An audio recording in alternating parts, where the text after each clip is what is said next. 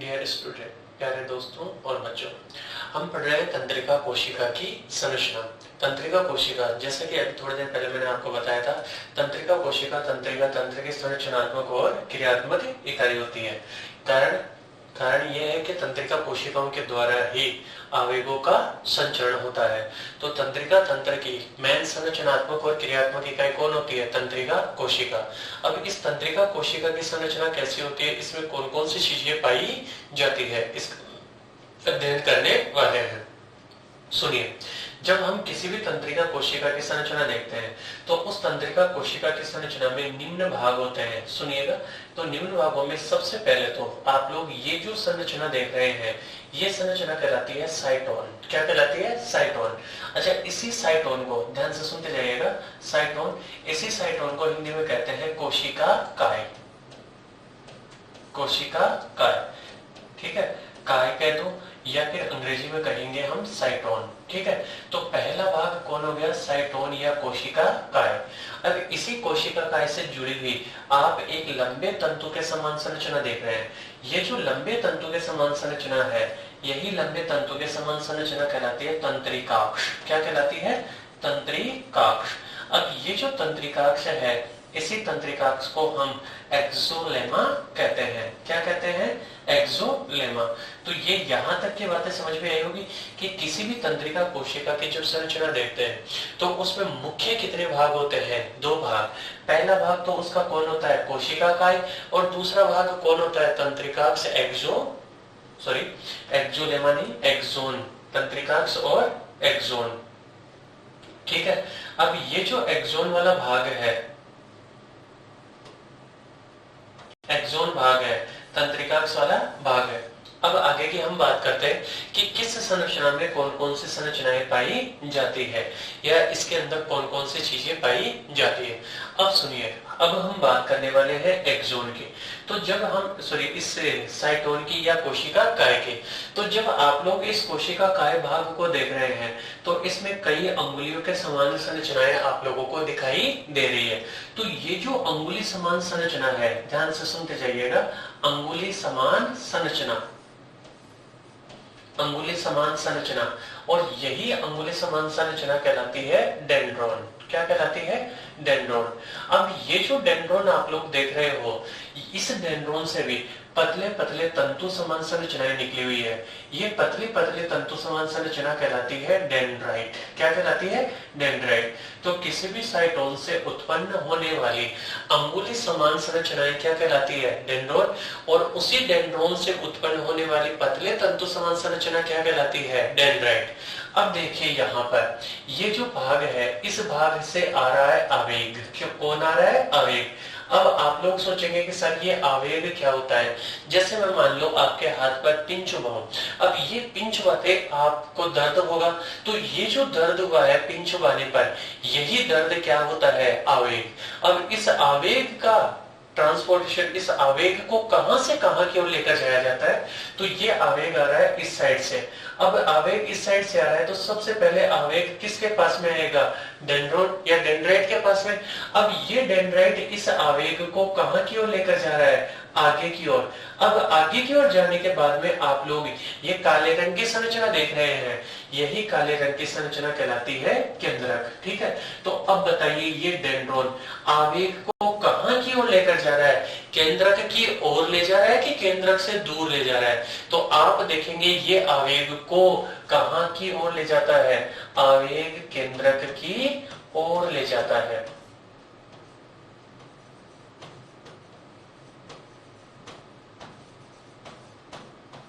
आवेग को केंद्रक की ओर ले जाता है। समझ में आ गई वाली बात? अब ये जो संरचना है, इसी संरचना में अन्य सारे कोशिकांग उपस्थित होते हैं, अन्य कोशिकांग उपस्थित। अब आप लोग सोचेंगे कि सर अन्य कोशिकांगों में कौन कौन होता है? तो आप लोगों ने 11वीं में पढ़ा होगा कि ये सभी कोशिकांग उपस्थित होते हैं। इसमें ईआर भी होती है, इसमें गोल्जिकाय भी होता है, माइटोकॉन्ड्रिया भी पाए जाते हैं, लाइसोसोम भी पाए जाते हैं। तो इसमें अन्य सभी कोशिकांग उपस्थित, परंतु ध्यान से सुनना, तारक काय अनुपस्थित होता है। सभी कोशिकांग उपस्थित परंतु तारक काय अनुपस्थित होता है। कौन से वाले भाग में अनुपस्थित होता है? इस साइटोन वाले भाग में तारकाय अनुपस्थित होता है। इसी कारण तंत्रिका कोशिकाओं में परिपक्वन के बाद में विभाजन नहीं होता। अब सुनिए, ये जो साइटोन भाग है, इस साइटोन भाग में आप लोग ये काले काले रंग की संरचना, जो दानेदार संरचना देख रहे हैं, यही दानेदार संरचना, गौर से देखिए आप, ये दानेदार संरचना जो आप लोग देख रहे हैं, ये दानेदार संरचनाएं कहलाती है, क्या कहलाएगी? यही दानेदार संरचनाएं निसल कण कहलाती है। क्या कहलाती है? निसल कण। अब ये जो दानेदार संरचना निसल कण है, समझ में आ रही है ये वाली बात? ये निसल कण ऐसे कहते हैं, ये किससे बने होते हैं? राइबोसोम से। राइबोसोम कह दो या फिर अंतःप्रद्रवी जालिका के खंड कह दो, ठीक है? यानी खुरदरी अंतःप्रद्रवी जालिका से कौन जुड़े होते हैं? राइबोसोम। तो उसके खंड माने जाते हैं और ये क्या काम करवाते हैं? प्रोटीन संश्लेषण का। तो आप लोगों को मैं बता दूं कि ये निसल कण केवल और केवल तंत्रिका कोशिकाओं में उपस्थित होते हैं, बाकी अन्य कोशिकाओं में उपस्थित नहीं होते। तो इसके साइटोन भाग में कौन उपस्थित है? निसल कण। अब देखो, इस साइटोन भाग के बाकी सारे डेंड्रोन से तो कौन उत्पन्न हुआ है? डेंड्राइट। अब इसका ये जो एक डेंड्रोन है, इससे यूं लंबा तंतु उत्पन्न होता है। अब ये जहां से उत्पन्न होता है, उस बड़े वाले डेंड्राइट को कहते हैं एक्सोन हिलॉक। क्या कहते हैं?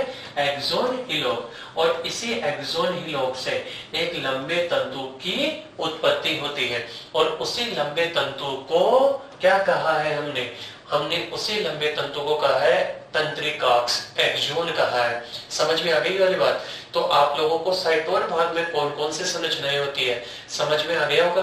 अब उसके बाद में हम पढ़ने वाले हैं एक्सोन भाग। अब एक्सोन भाग को जब आप देखेंगे तो इस एक्सोन भाग में भी एक झिल्ली है, ध्यान से सुनिएगा। इस एक्सोन भाग की जो झिल्ली है, उस झिल्ली को कहते हैं तंत्रिकाक्ष झिल्ली। क्या कहेंगे? तंत्रिकाक्ष झिल्ली। और उसी तंत्रिकाक्ष झिल्ली को अंग्रेजी में कहते हैं एक्सोलेमा। क्या कहेंगे? एक्सोलेमा, ठीक है। और इसका जो जीवद्रव्य होता है, उस जीवद्रव्य को कहते हैं एक्सोप्लाज्म।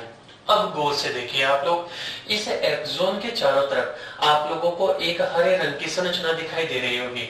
अब ये जो हरे रंग की संरचना दिखाई दे रही है, ये हरे रंग की संरचना है माइलिन आच्छद।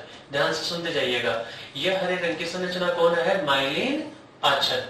अब ये जो माइलिन आच्छद है, ये माइलिन आच्छद किसका बना हुआ है?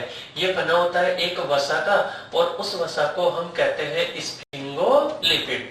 तो इस तंत्रिकाक्ष के चारों तरफ स्फिंगोलिपिड से बना हुआ, ध्यान से सुनिएगा, स्फिंगोलिपिड से बना हुआ कौन होता है? माइलिन आच्छद।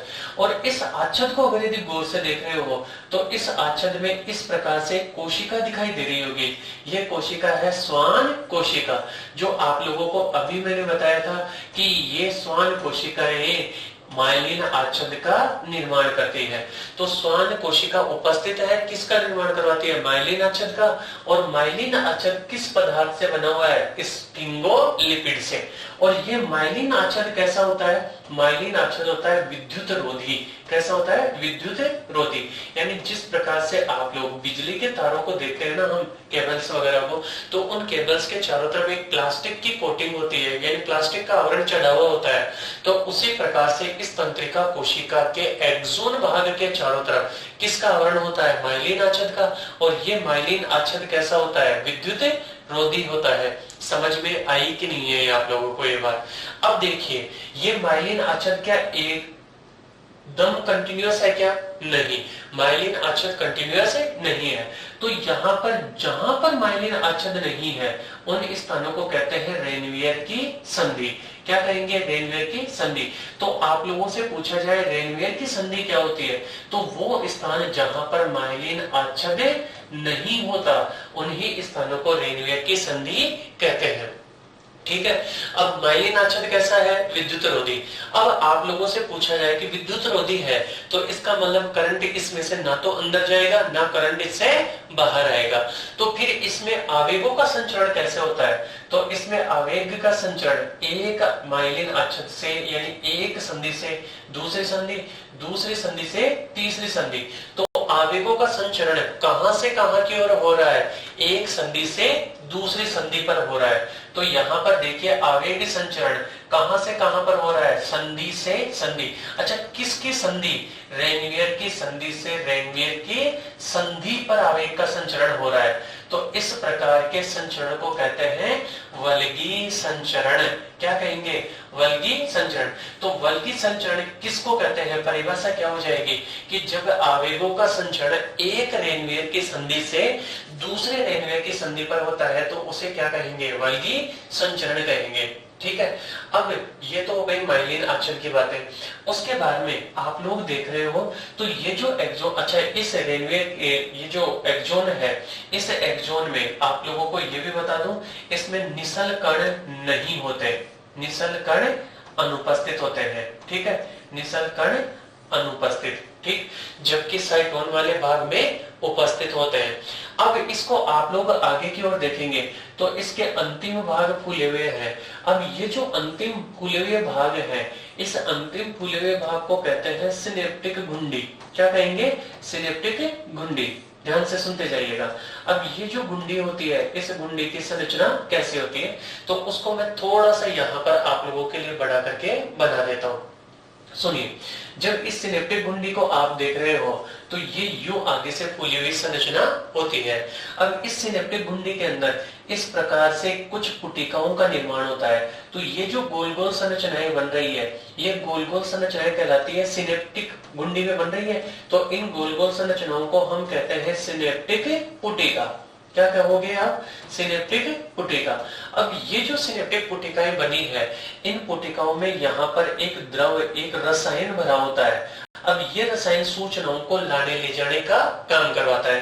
तो अब ये सूचना तंत्रिका तंत्र की सूचनाओं को ला रहा है, और कौन है? रसायन। इसी कारण इसका नाम क्या हो जाएगा? नाम हो जाएगा तंत्रिका प्रेसी रसायन। कौन सा रसायन है ये? तंत्रिका प्रेसी रसायन।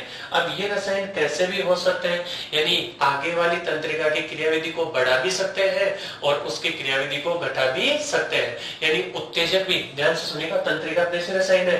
अब ये घटा रहा है तो सन्नमक कहलाएगा और बढ़ा रहा है तो उत्तेजक कहलाएगा। और इन सिनेप्टिक पुटिकाओं को यहाँ से मुक्त कर दिया जाएगा।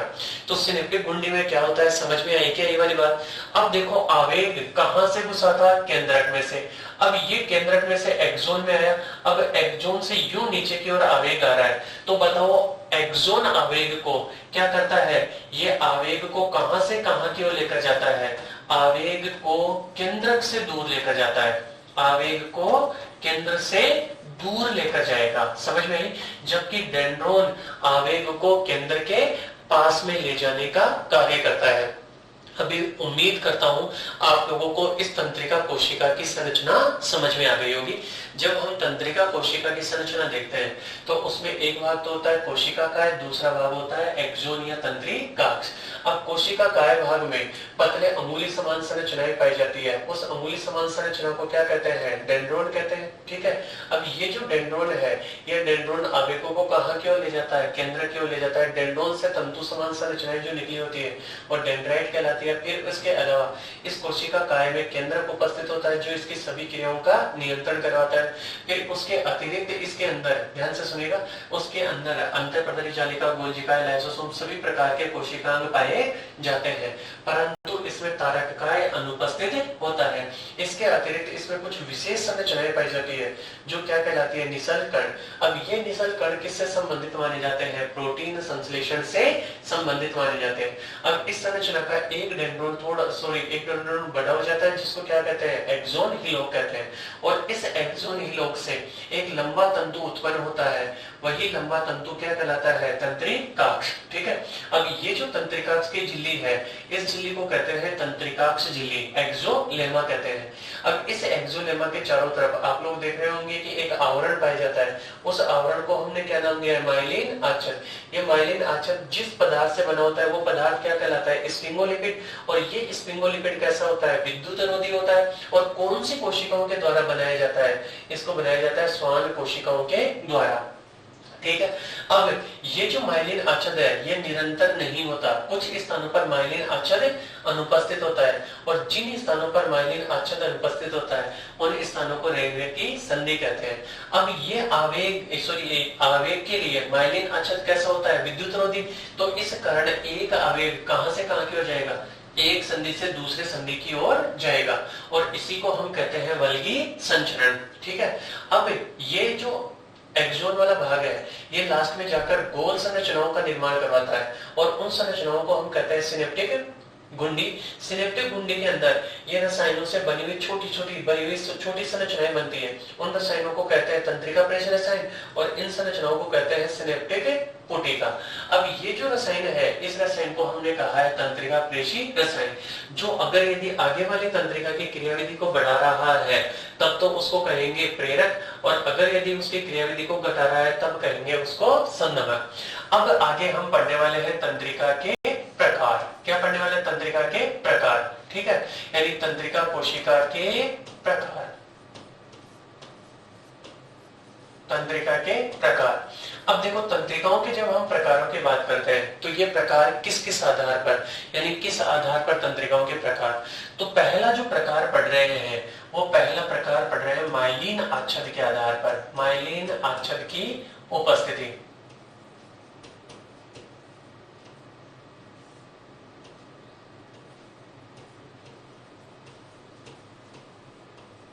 माइलिन आच्छाद की उपस्थिति। अब आप लोगों को मैंने बताया कि जब उपस्थिति की बात करते हैं तो उपस्थिति में दो ही बातें आती है, या तो उपस्थित होगा या फिर अनुपस्थित होगा। तो अब यहाँ पर भी ये तंत्रिकाएं दो प्रकार की, ध्यान से सुनिएगा, कितने प्रकार की होगी, दो प्रकार की। अब इसमें पहला प्रकार कौन सा है, इसमें माइलिन आच्छाद उपस्थित होगा और दूसरे में माइलिन आच्छाद अनुपस्थित होगा।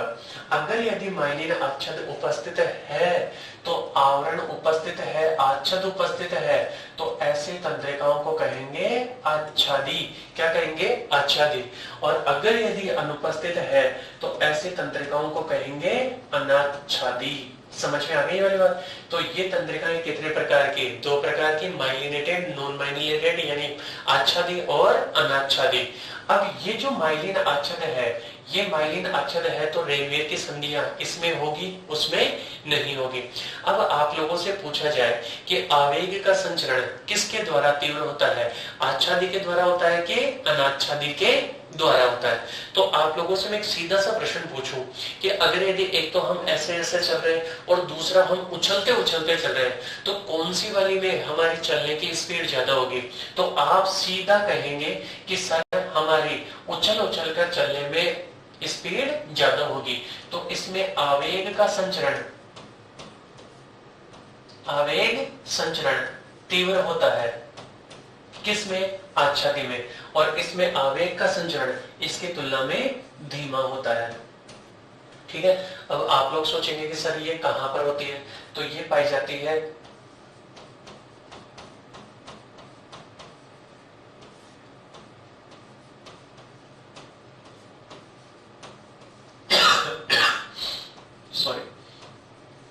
मस्तिष्क और मेरुरज्जु की तंत्रिकाओं में। और ये कहां पर पाई जाती है, ये पाई जाती है स्वायत्त तंत्रिकाओं में, स्वायत्त और कायिक तंत्रिकाओं में। आप लोगों को अभी बताया था स्वायत्त किसको कहते हैं, जिनका संकुचन इच्छा के अनुसार नहीं हो या जो हमारी इच्छा के अनुसार काम नहीं करे वो तो कौन सी होती है, स्वायत्त या अनैच्छिक अंगों में जाने वाली, और कायिक कौन सी होती है, ऐच्छिक अंगों में जाने वाली, और मस्तिष्क और मेरुरज्जु की तंत्रिकाओं में। ठीक है। तो अब आप लोगों को समझ में आ गया होगा कि माइलिन आच्छाद की उपस्थिति के आधार पर कितने भागों में बांटा, दो भागों में, आच्छादी और अनाच्छादी। ठीक है। और ये जो आवेग संचरण तीव्र हो रहा है इसमें वल्गी संचरण होगा, इसमें सामान्य संचरण होगा। अब दूसरा हम तंत्रिकाओं के प्रकार की जब बात करें तो दूसरा प्रकार कौन सा आएगा, दूसरा प्रकार किस आधार पर, उसमें पाए जाने वाले, ध्यान से सुनना, उसमें पाए जाने वाले डेंड्रोन और एक्सोन की संख्या के आधार पर कि कितने तो डेंड्रोन है और कितने एक्सोन है। तो डेंड्रोन और एक्सोन की संख्या के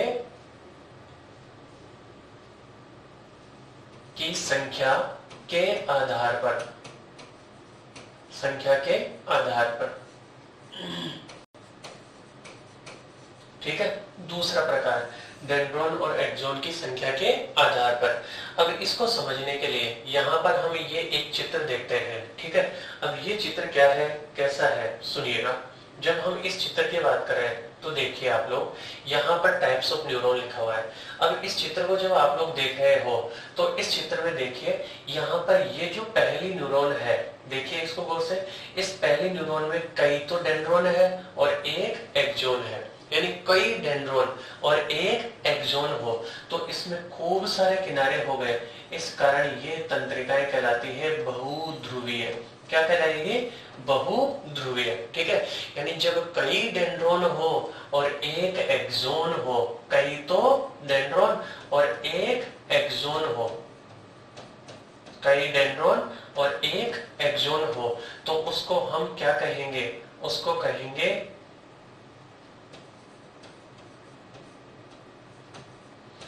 बहुध्रुवीय। अब ये बहुध्रुवीय तंत्रिकाएं कहां पर पाई जाती है, ये पाई जाती है प्रमस्तिष्क में। कहां पर पाई जाती है, प्रमस्तिष्क में, ठीक है। अब उसके बाद में दूसरा आप लोग यहाँ पर देखिए, यहाँ पर इस तंत्रिका को अगर यदि आप लोग देख रहे हैं तो इसमें एक तो कौन है, ये एक तो है डेंड्रॉन, एक तो कौन है डेंड्रॉन, और ये दूसरा कौन है एक्सोन। तो एक डेंड्रॉन और एक कौन है एक्सोन, ठीक है। तो अब इसमें कितने सिरे हो गए, आप ही बताइए, 2 सिरे हो गए, एक डेंड्रॉन और एक्सोन।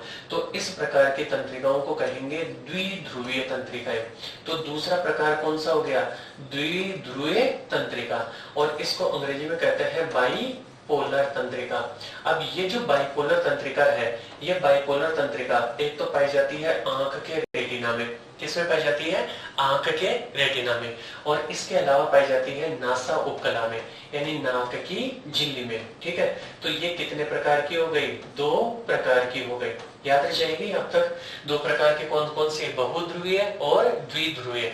अब इस चित्र को देखकर बताइए आप मुझे, यहाँ पर आप लोगों को क्या डेंड्रॉन 2 दिखाई दे रहे हैं या एक एक्सोन एक डेंड्रॉन दिखाई दे रहा है। अगर यदि आप लोग इस साइटोन के सापेक्ष में देखेंगे तो इसमें केवल एक उत्पन्न हुआ है, वही एक उत्पन्न होने वाली संरचना कितने भागों में बटी है, 2 भागों में। इस कारण इसको कहते हैं कूट ध्रुवीय।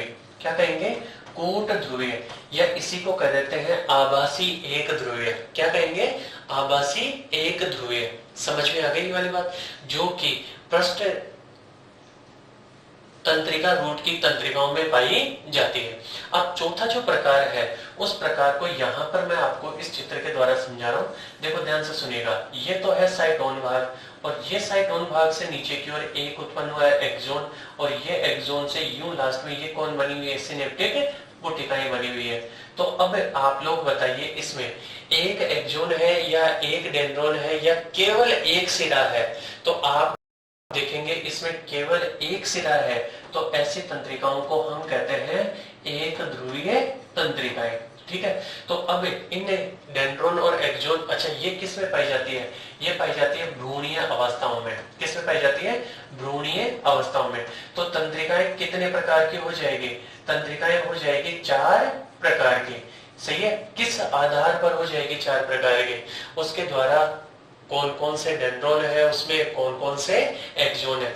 एक सिरा है तो एक ध्रुवीय, अगर यदि कई डेंड्रॉन और एक एक्सोन है तो बहुध्रुवीय, अगर यदि एक उभार उत्पन्न हुआ और वही डेंड्रॉन और एक्सोन में विभक्त हो रहा है तो उसको कहेंगे आभासी ध्रुवीय या कूट ध्रुवीय, और अगर यदि एक स्पष्ट डेंड्रॉन और एक स्पष्ट एक्सोन है तो उसको कहेंगे द्विध्रुवीय, ठीक है।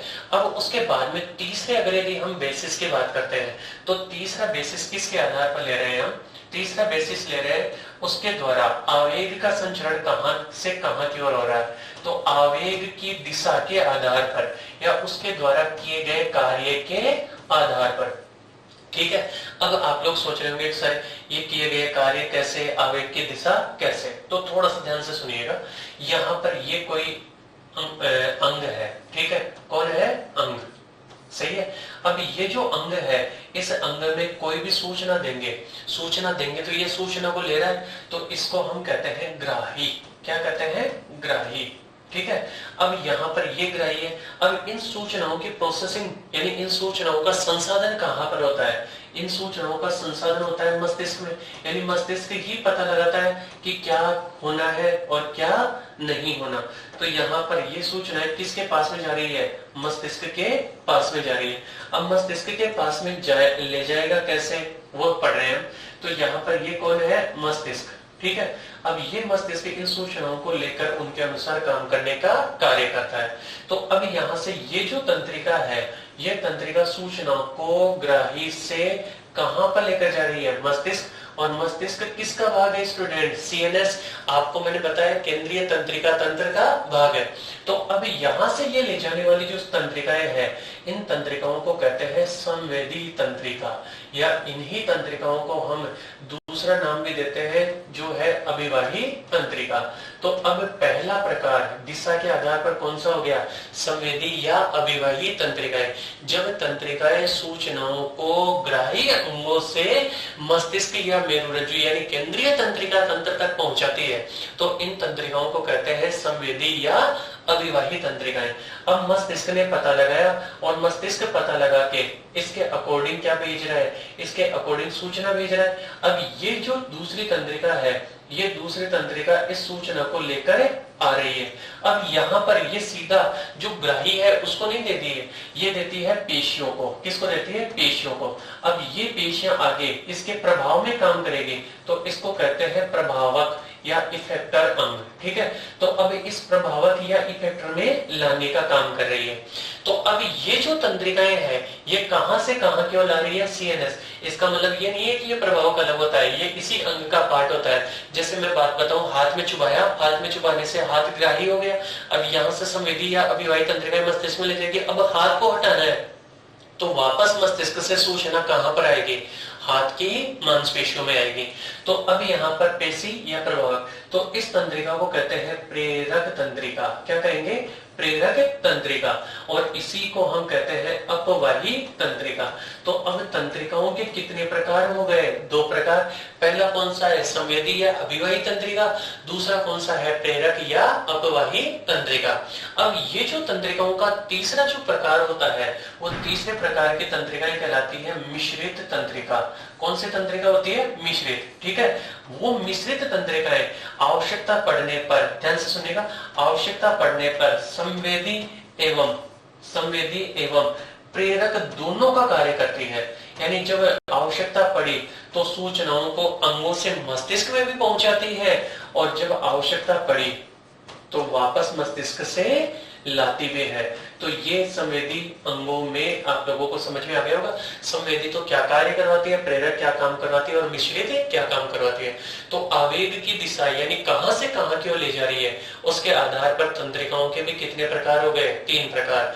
तो अब तक हमने पढ़ लिया तंत्रिका कोशिका की संरचना, तंत्रिकाओं के प्रकार, यानी अलग अलग आधार पर तंत्रिकाएं कितने प्रकार की होती है।